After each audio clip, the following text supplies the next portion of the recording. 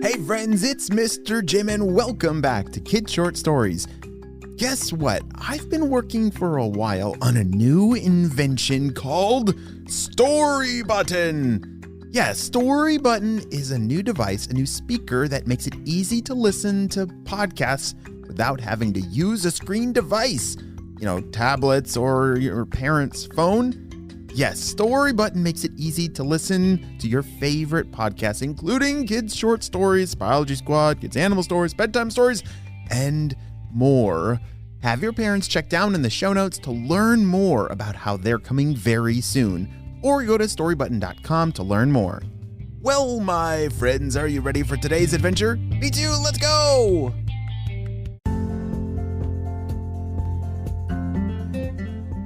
Gideon was a Lego master. He could build anything with his Legos: rocket ship castles, ice-breathing dragons, villages made of candy and lava. Wow, if Gideon could dream it, he could build it. He kept all of his Legos stored in a special toy box in his room. One day, Gideon was sitting inside his toy box digging for the perfect block to finish building his alien planet. No, that one's not big enough.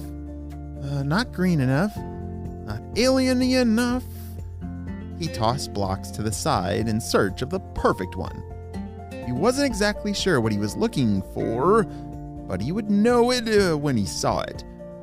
Gideon swept away a pile of pointy, triangular pieces to reveal the perfect piece.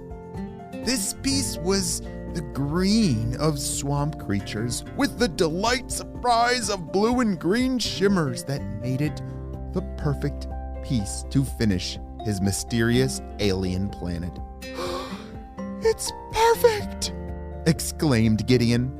He snatched up the piece and held it up to the light. It twinkled and shined and seemed to grow larger the longer he looked at it. Then it got heavier. Gideon realized it wasn't just looking larger and larger. It was growing. The piece became very quickly too large and heavy for Gideon to hold it up any longer, and poof, he had to drop it. Oh, it doesn't need to be part of the alien planet. Now it's big enough to be the whole alien planet. It wasn't until he turned to climb out of the toy box that he saw his mistake. The block hadn't actually grown. He had shrunk! Toys of every shape and color towered over him, and the walls of the toy box reached upward at an impossible height. Oh dear. Escape may have looked impossible, but Gideon did not fear. After all, he was a master builder, so he began to plan. He observed his surroundings. The glittering green Lego was out of the question. It was too tall. And besides, that's the one that got him into this mess in the first place. I need to find smaller Lego pieces that I can still carry. Gideon climbed tall blue mountains and slid down the middle of large red blocks. The bumps running down either side of each block made great handholds for climbing, but it was best to avoid them while sliding, or it would be a pretty rough ride. He made his way toward the towering walls of the toy box, collecting all the smaller blocks he could carry. When he reached the wall, he set the blocks down and headed out for more. When he had piled enough, Gideon nodded with determination. Whew! All right, it's time to build. He stacked blocks in a staggering position, one on top of the next, then the next, and so on, until a staircase began to form. He climbed his staircase up, and up towards the top of the toy box wall. When the last Lego was placed, he stepped onto the top of the wall. Gideon threw a triumphant fist into the air. Yes, I did it! But his excitement soon faded as he looked around, realizing how high up he really was. Whoa, now what? But Gideon was not one for quitting.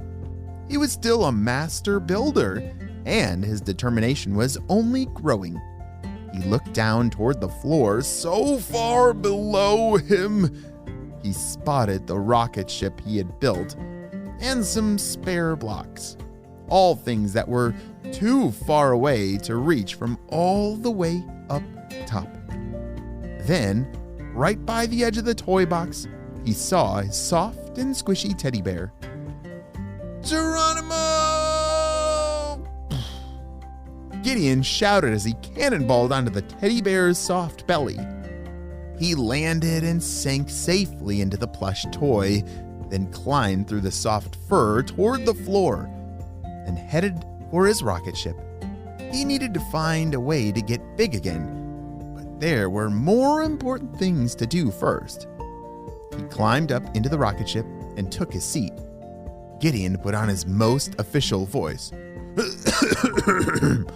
T-minus 5, 4, 3, 2, 1, blast off! Gideon was pushed back into his seat as the rocket ship shot up into the air of his room. Gideon would have been thrilled, but it was heading straight for the ceiling fan directly above. Ah! He screamed as it sailed closer without even slowing down. Before it hit the fan, the wing became tangled in the pull cord dangling from the middle of the fan. Whoosh! It knocked Gideon and his rocket off their straight path. They began orbiting the fan. Kinda like the moon orbiting the Earth, but on hyperspeed. Mission abort! Gideon yelled, closing his eyes at the dizzying ride. The cord untangled from the rocket, sending it sailing through the air over his bed and crashed, landing in a pile of blankets on the floor. He crawled his way out of the ship. Some of the Lego pieces were scattered about, but otherwise, he was unharmed. But walking through the sea of blankets was like trying to escape quicksand.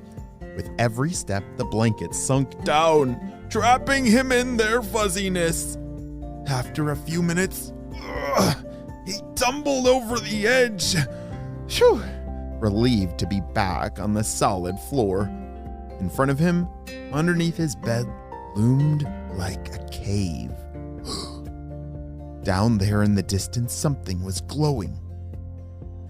What is that? Gideon wondered as he followed the light of the object. When he got closer, he could make out the telltale bumps of a Lego sticking out along its surface. He reached it and it towered over him just as the first magic Lego. Just as beautiful and even more mysterious. It glowed like a nightlight, allowing Gideon to make out the dust bunnies around it. Wow, you must have been down here a long time, Gideon said to the Lego. I wonder why I've never noticed you before. It was so bright and beautiful, he had to touch it. Gideon reached out his hand and felt the glow enter his body. It made him feel warm and large. Whoa! And as he felt this, he began to grow as the Lego grew small until it was small enough for him to hold in his hand. Then Gideon crawled out from under his bed. He stood up and began collecting the scattered pieces of his rocket ship. He wasn't sure what would happen if he let go of that glowing Lego, but he had an idea. Walking over to the toy box, he picked up the first glittering green Lego. Gideon snapped the two together and put them on a shelf. I have a feeling you two will come in handy again soon, Gideon told his two very special Legos. Then he began reassembling his rocket ship, dreaming of future adventures. Wow, even though this is the end of our story, it is definitely not the end of the amazing adventures that lie ahead for Gideon and his magic Legos. The end.